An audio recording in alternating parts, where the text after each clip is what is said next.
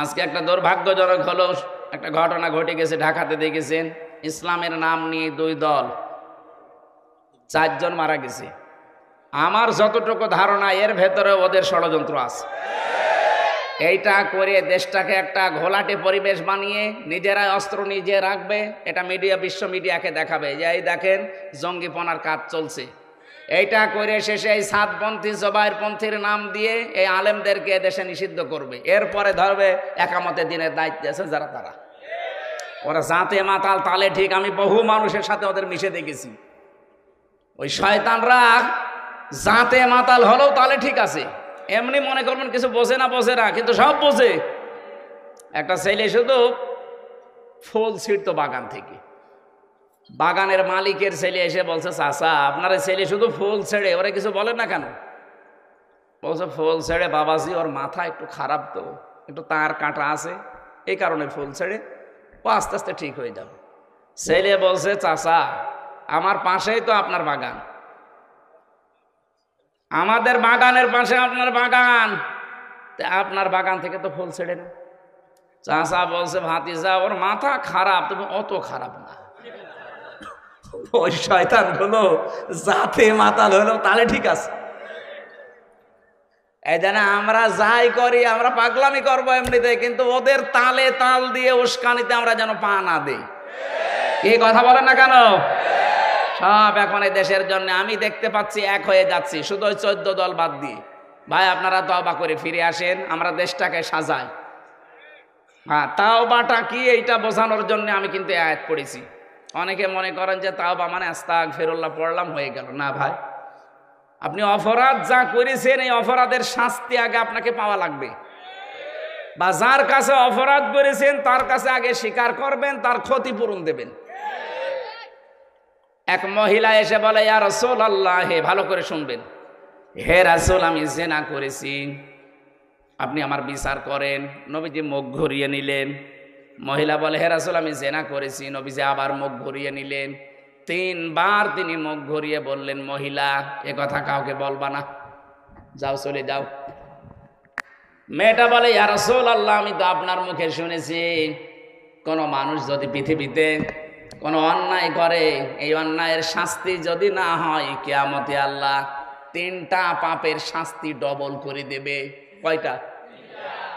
3টা পাপ যদি দুনিয়ায় কেউ করে তার শাস্তি হবে ডবল। এই আয়াতের আগে আছে, ইদাআফ লাহুল আযাবু ইয়াউমাল কিয়ামাহ। আল্লাহ পাক বলেন আমি শাস্তি তাদেরকে ডবল দেব কিয়ামতে। ওয়া খুলুদ ফীহি মুহানা, এবং তাদেরকে অপমানজনক অবস্থায় আমি জাহান্নামে প্রবেশ করাবো। বলেন নাউজুবিল্লাহ। আমি আবার প্রশ্ন করছি, পাপ কয়টা? আরো জোরে। শাস্তি কয়টা? আরো জোরে। এখন থেকে আমরা যেন জীবনে এই পাপে না জড়াই।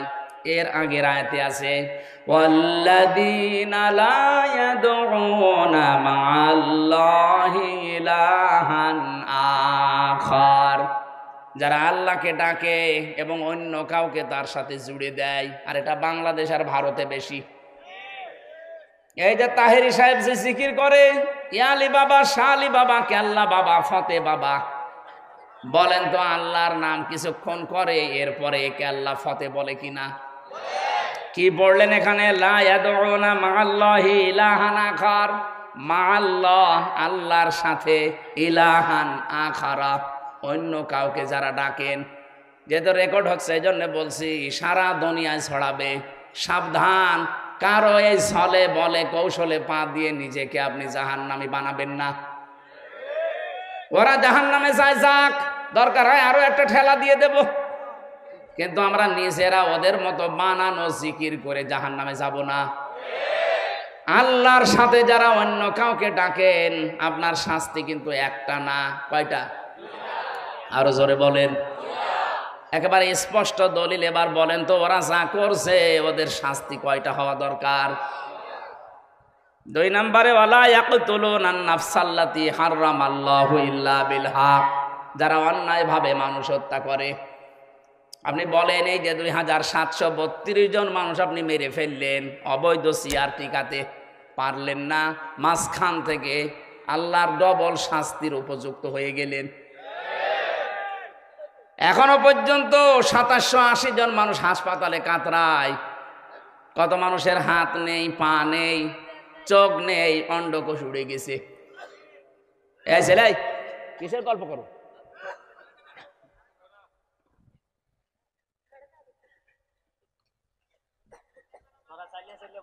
চাইলে চাইলে এদের ভাষা তো এই ফাঁকা ফাঁকা হয়ে বসেন, বসেন বসেন, ফাঁকা ফাঁকা হয়ে বসেন।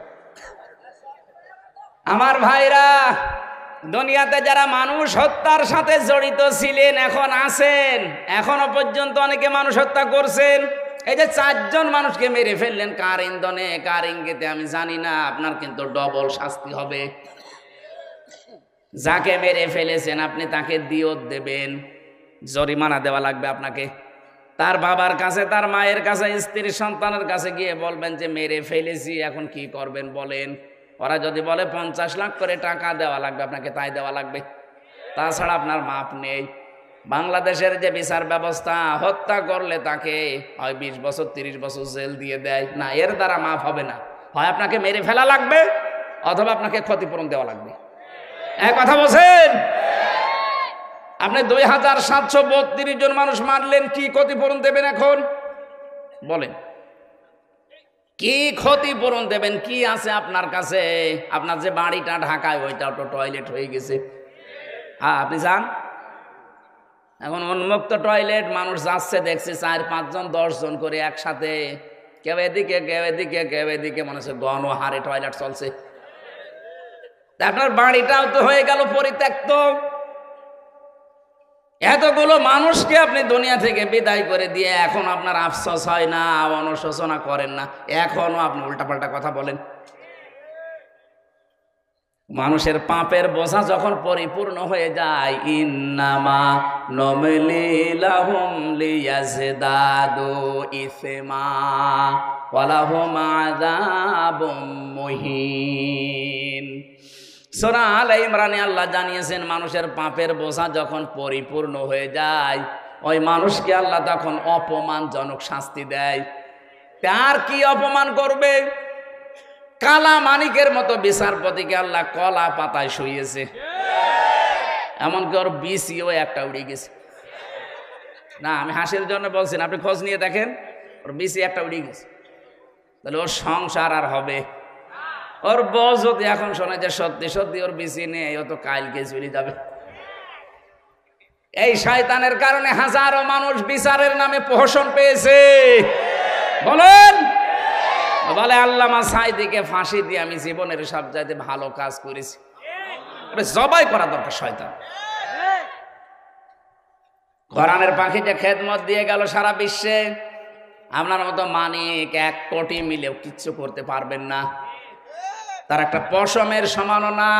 কারণ আল্লাহ পাক নবীকে যেই স্বপ্নগুলো দেখিয়েছেন, প্রত্যেকটা স্বপ্ন আল্লাহর নবীর পূরণ হয়েছিল।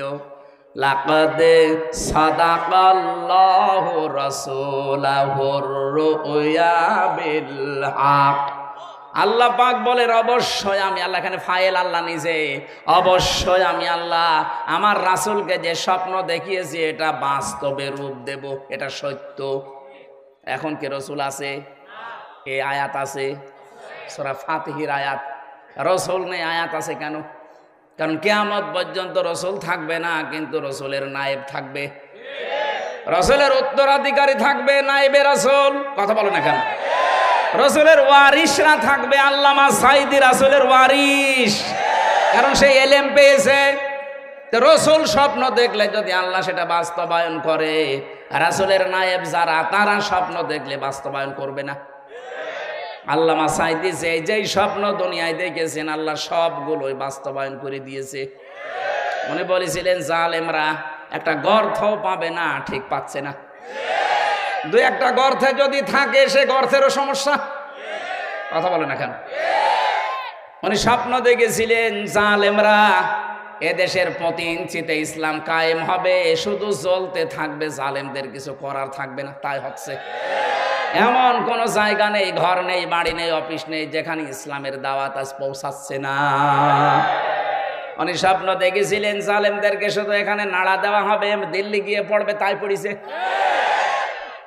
ওনার আর একটা স্বপ্ন আমি কয়েকদিন আগে শুনেছি, লন্ডনে উনি স্বপ্নের কথা বলছিলেন যে আমার জীবনের স্বপ্ন সবচাইতে বেশি যে বাংলাদেশে 56,000 বর্গ মাইলে কোরআনের রাজ কায়েম হবে।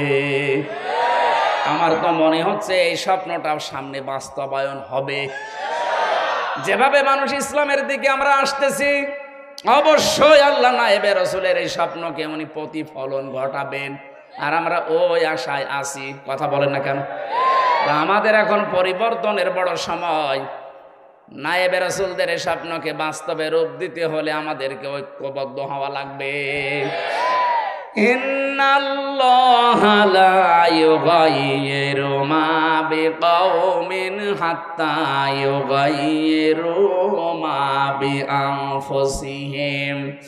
সূরা রদের ভেতরে আল্লাহ জানিয়েছেন অবশ্যই আল্লাহ ওই জাতির ভাগ্য পরিবর্তন করে না যে জাতি তার নিজের ভাগ্যকে পরিবর্তনের চেষ্টা না করে।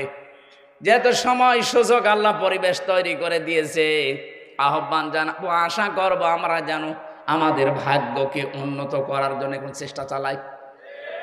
কি কথা বলেন না কেন? কথা বলছেন আপনি? সময় কিন্তু আল্লাহ তৈরি করে দিয়েছে।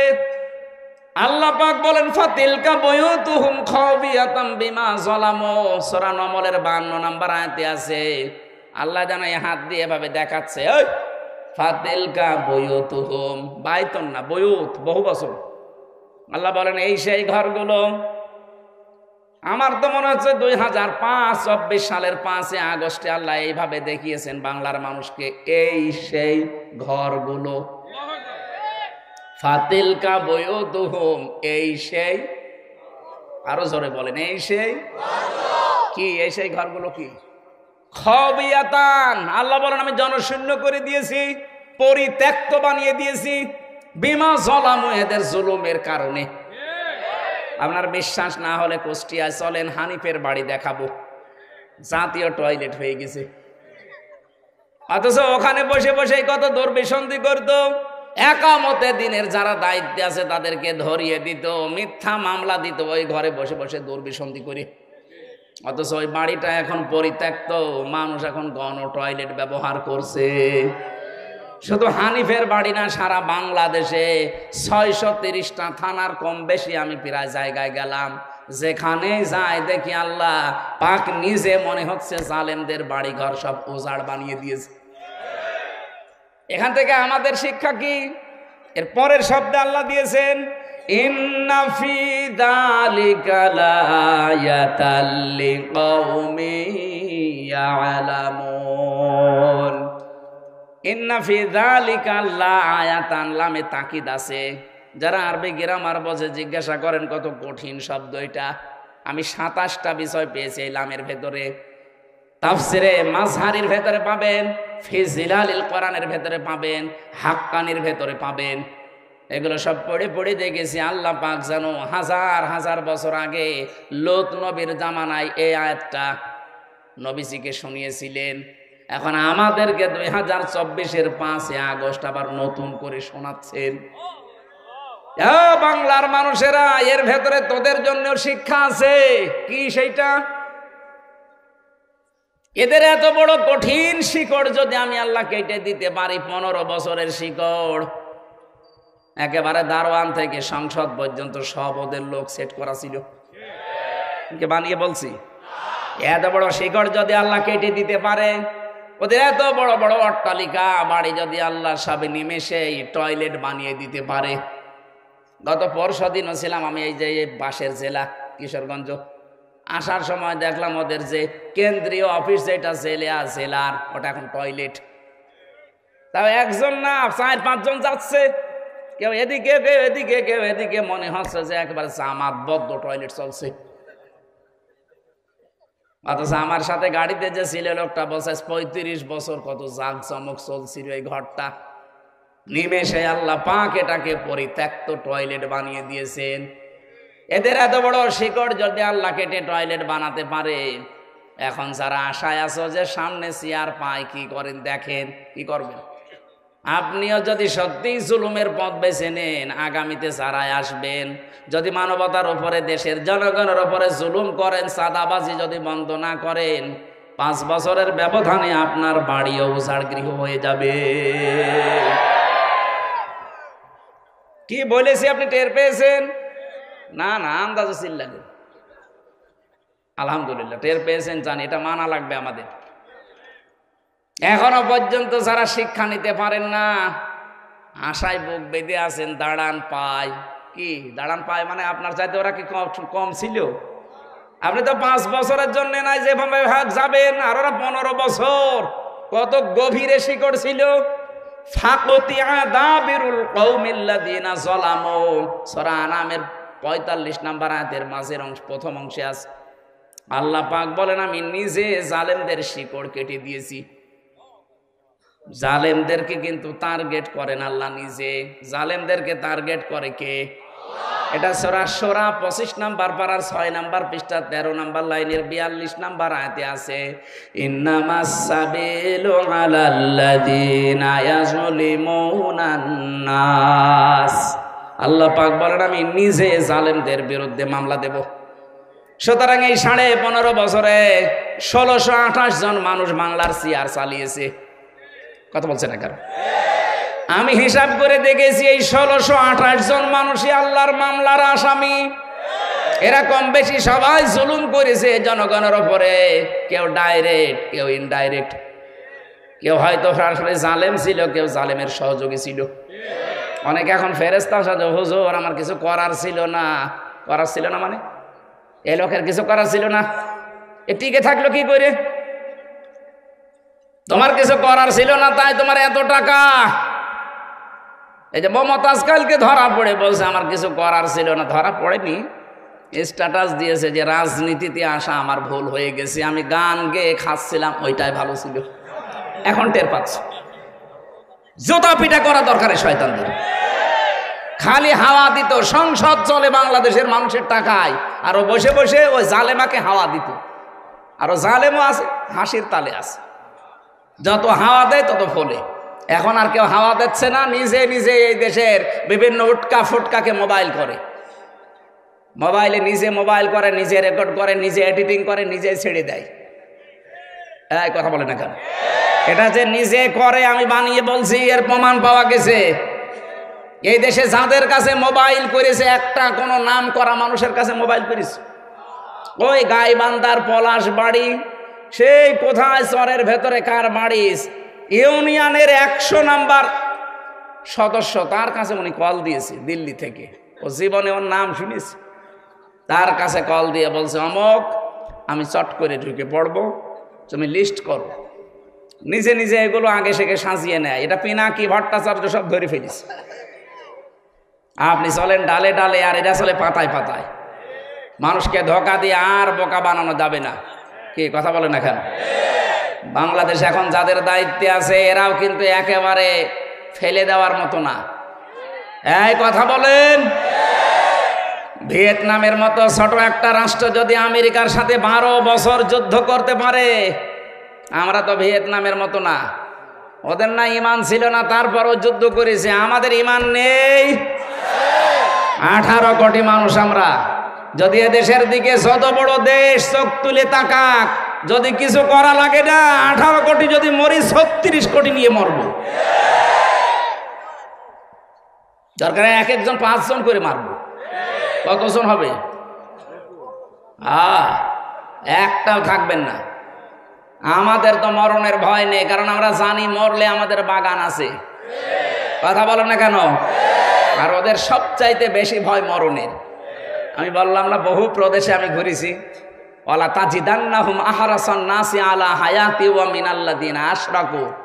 আল্লাহ তাআলা কোরআনে দিয়েছেন সূরা বাকারায়, হে নবী আপনি দেখতে পাবেন সবচাইতে বেশি মৃত্যুকে ভয় করে মুশরিকরা। আর ওরা যেহেতু মুশরিক, ওদের ভেতরে সবচাইতে বেশি ভয় মরণের।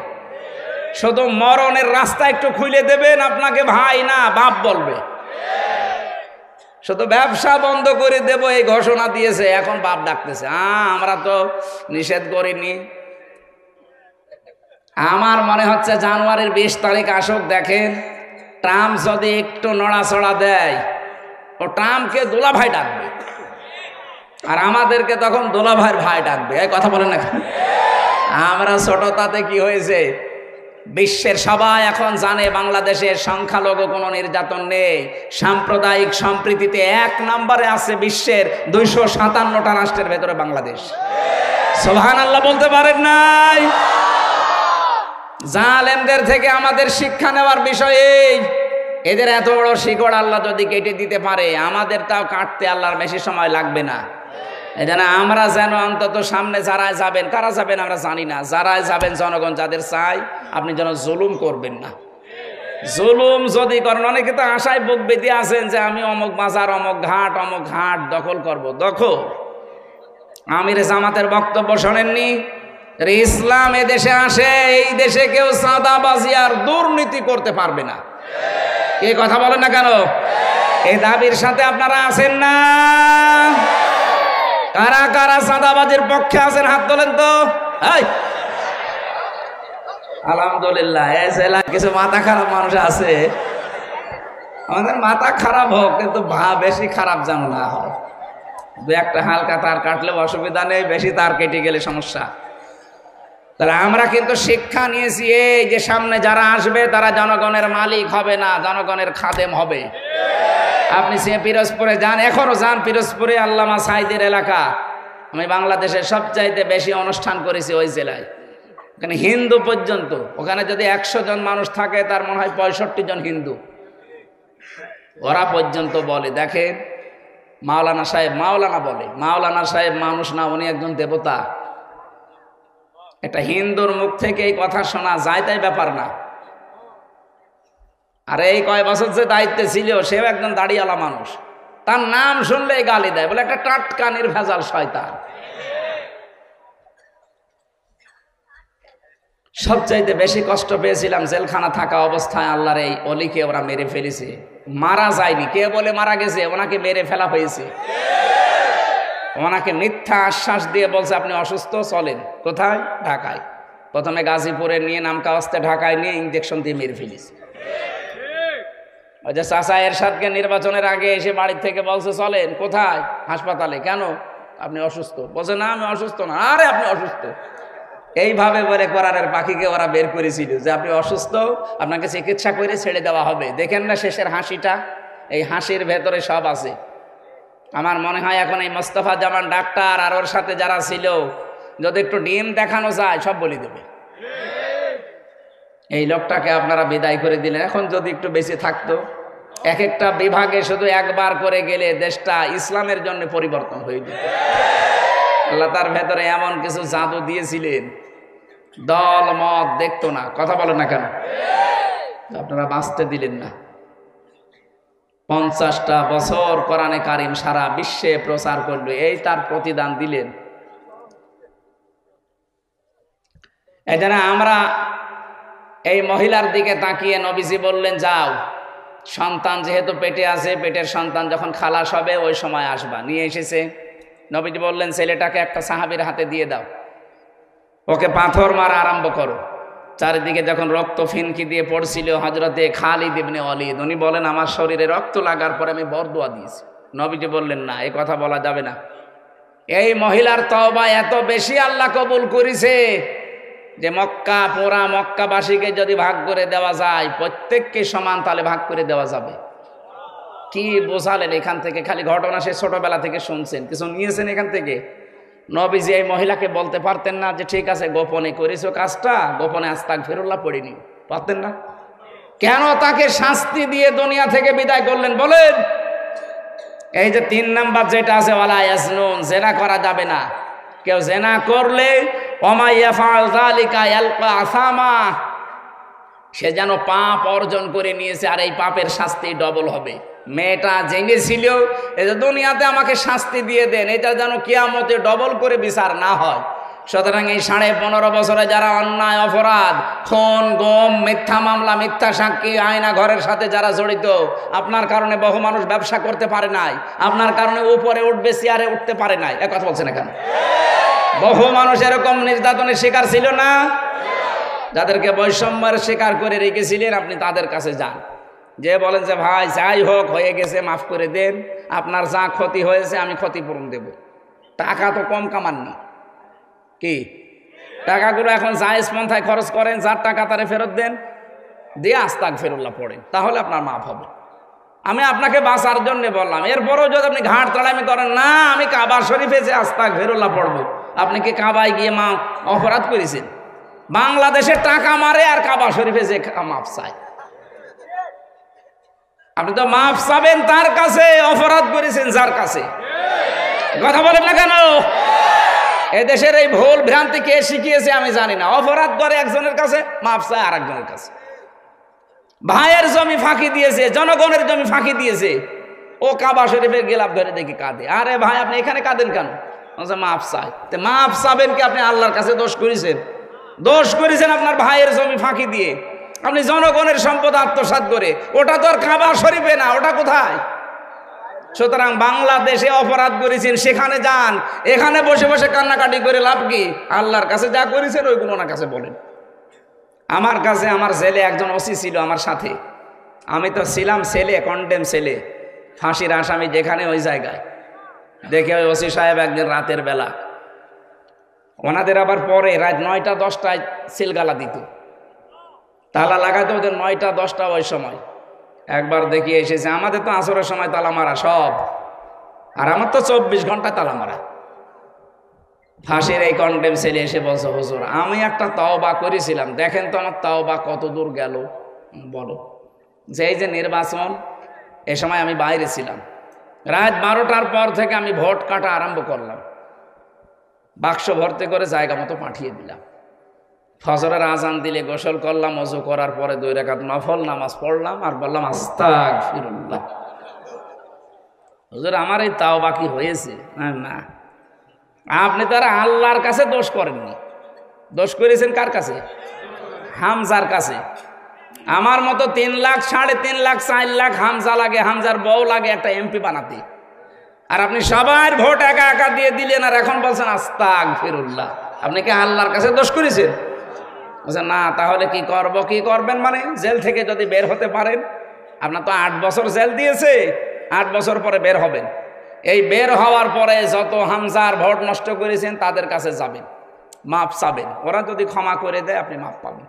কিন্তু ভয়ঙ্কর বিষয়, মাপ চাবেন কি করে?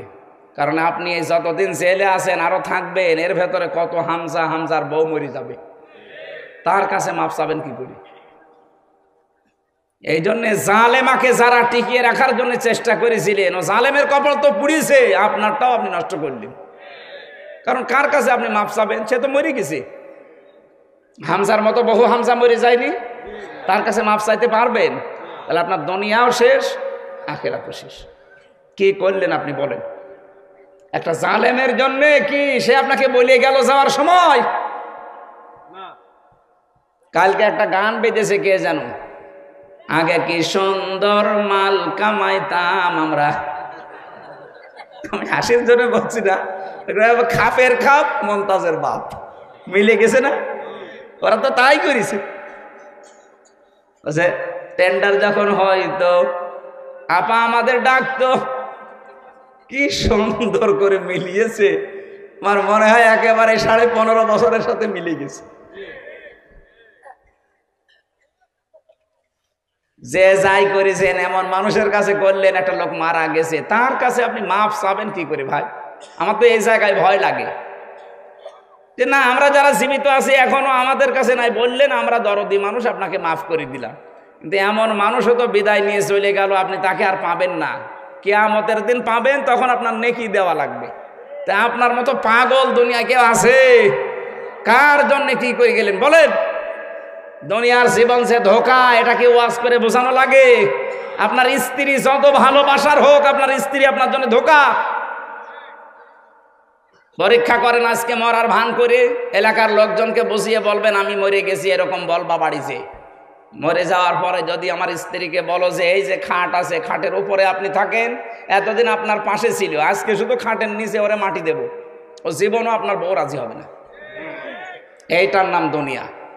যাদেরকে খুশি রাখার জন্য, আরামে রাখার জন্য, হাসি খুশি রাখার জন্য, শান্তিতে রাখার জন্য বৈধ অবৈধ দেখেন না।